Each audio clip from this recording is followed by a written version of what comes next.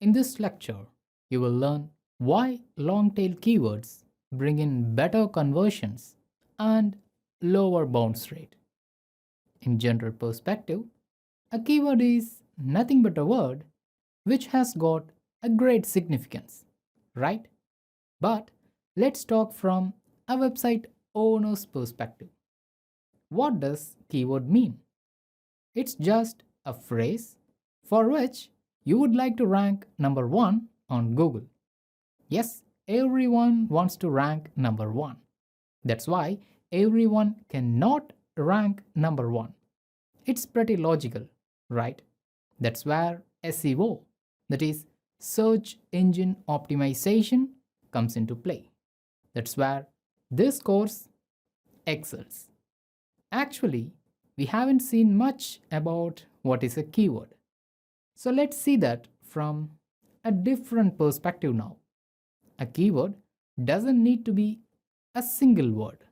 For example, when a user searches for WordPress themes, he may be expecting a search engine to display various perspectives of WordPress themes, such as what is a WordPress theme, from where he can download it, how he can install it or upload it to his website, or how to design WordPress themes.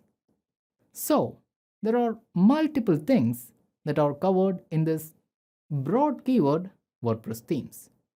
The shorter the keyword, the range will be broader. In other words, shorter keywords are searched tens or 100,000 times per month in Google. Let's move into the next example.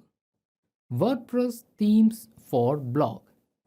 This is somewhat lengthy or long tail keyword, but too specific or narrow in terms of meaning, because this lengthy keyword tells a search engine that the user needs WordPress themes for blog and not for a portfolio site or some news website or review website or anything like that.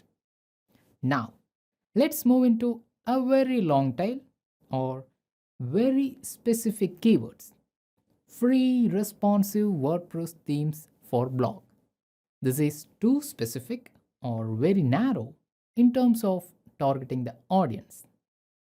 Can you understand the concept here? When you search for WordPress themes, you will get a lot of unrelated results compared to when you search for free responsive WordPress themes for blog. Now, you should have got a question whether you need to target for broad or long tail keywords on your website. Most SEO experts recommend targeting long tail keywords only, and I am no exception. I do recommend the same. Let's assume this scenario: a user who needs ready made WordPress themes for his blog searches for WordPress themes on Google. On the other hand, you write about how to design WordPress themes. In such case, if the user searches for just WordPress themes and if your website appears in the first search result, then the user may come to your website, but he will bounce back immediately. Then he will start to fine tune his search keyword to a long tail keyword because he needs free responsive WordPress themes for blog to download and use it on his website. Whereas you're teaching how to design such themes. What you're providing on your website is a long but useful process. But he needs a ready made and an instant solution.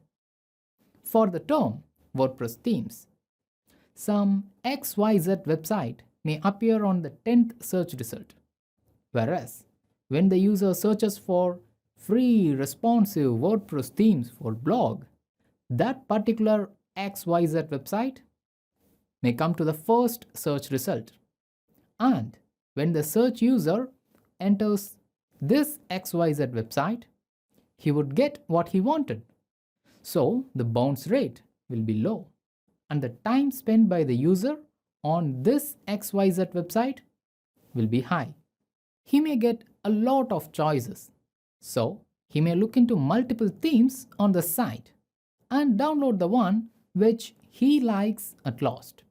It's a win win situation for both the search user and the XYZ website's owner. This is the reason why you should target long tail or very specific keywords on your website to get the most converting organic traffic. Have you ever wondered how can a newer website outrank an established website? Let's see that in the next lecture.